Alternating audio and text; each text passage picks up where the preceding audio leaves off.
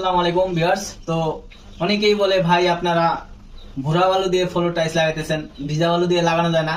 তো অনেক বাড়িওয়ালাই বলে, তো আমি আপনাদেরকে বাড়িওয়ালাদের ভাইদের উদ্দেশ্য করে এই ভিডিওটা বানাইতেছি। তো দেখেন এই যে এগুলা কিন্তু মোটামুটি ভিজা বালু। তো এইখানে আমি দেখেন এখন এই যে আমার হাতে একটা টাইলসের টুকরা আছে, এটা আপনাদের লাগিয়ে দেখাবো ভিজা বালু দিয়ে টাইলস লাগাইলে কি হয়। তো এই যে দেখেন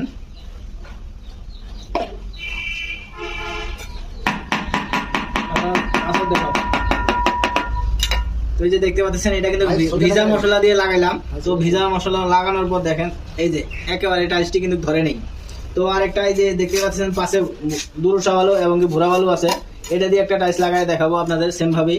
তো এই যে আমি এখন একটু ঘোলা দিয়ে নিতেছি, দেখতে পাচ্ছেন একটু ঘোলা দিয়ে নিলাম।